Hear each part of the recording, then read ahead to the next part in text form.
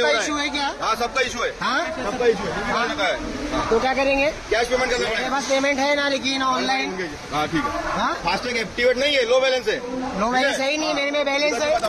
Problem है गाड़ी में हमारे चमका रहा है, वीडियो मोबाइल चमका रहा है, अंदर तेरे सर के बहुत आते हैं सर। खोला भी पेमेंट है ना मेरे में, लगाना खंड करी जरूर पेमेंट है ना, रख रख मार अभी आमचा का प्रॉब्लेम नाही ना, वो तुम्हारा प्रॉब्लेम है, वो तुम्हारा प्रॉब्लेम है, हम लोग का नहीं। या व्हिडिओतून आपल्याला दोन पॉईंट दिसून येतात. एक म्हणजे फास्टॅग मध्ये बॅलन्स असून देखील जर टोल नाक्यावरील मशीनच्या प्रॉब्लेममुळे तो कट झाला नाही तर अशा वेळेला काय आपण कॅश पेमेंट करायला हवं का किंवा काय नियम आहेत त्याबद्दल देखील बोला. आणि दुसरं म्हणजे हे जे टोल नाक्यावरती काम करणारे मजूर असतात, कर्मचारी असतात, हे ह्यांची जी बोलण्याची पद्धत असते ना ती फार जास्त चुकीची असते. त्याबद्दल देखील ह्या व्हिडिओमध्ये आपण बोलणार आहोत. पहिल्या गोष्टीबद्दल तुम्हाला क्लिअर करून टाकतो. जर तुमच्या फास्टॅग मध्ये बॅलन्स आहे परंतु समोरच्या टोल नाक्याच्या टेक्निकल इश्यू में जर तो होत नाही आहे, स्कॅन नाही होत आहे, अगोदर तुम्ही करून आलात तर अशा वेळेला तुम्हाला तिकडे cash payment, double cash payment करण्याची अजिबात गरज नाही. कारण की बहुतेक सारे टोल नाक्यावाले डबल कॅश पेमेंट करायला सांगतात. अजिबात गरज नाही, सरळ नाही म्हणून सांगा, अजिबात गरज नाही. NHAI नियम काय आहे, जर नाही चालत आहे तर अशा वेळेला तुम्ही गाडीचा नंबर लिहून घ्या, नंतर तुम्ही देखील कट करू शकता. गाडीचा नंबर घेऊन देखील नंतर कट करता येतो.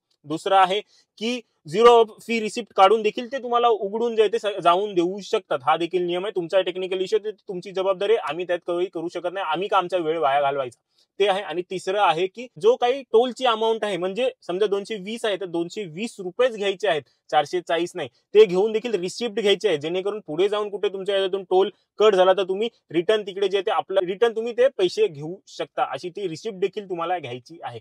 हे नियम आहेत.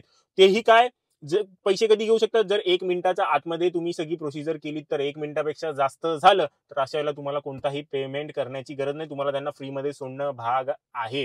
आणि दुसरा पॉइंट आहे की हे लोकांची बोलण्याची पद्धत, जसं की ह्या व्हिडिओमध्ये तुम्ही ऐकलेलं असेल, देगा खान के नीचे तेरे जैसे बहुत आते हे आते, ह्याला हे समजायला हवं भाई, हे लोक आहेत, हे लोक तिकडनं जातात, टॅक्स भरतात म्हणून तुझ्या घरामध्ये 2 टाइमचं अन्न येतंय खाण्यासाठी. ह्या तुम्ही प्रत्येक टोल नाक्यावरती बघा, ह्या लोकांची बोलण्याची पद्धत, यांना एवढी गुरमी असते, एवढा ॲटिट्यूड असतो की यांना वाटतं की आम्हीच मालक आहोत, हा रस्ता आमच्या बापाच्या मालकीचा आहे. भावा, आम्ही जेव्हा टॅक्स भरलाय, रोड टॅक्स भरलाय, इन्कम टॅक्स भरलाय, टोल टॅक्स भरलाय, तेव्हा तो रस्ता बनलेला आहे तिकडे, आणि तू आमच्यावरच दादागिरी करतोय. टॅक्स पेअर आम्ही आहोत.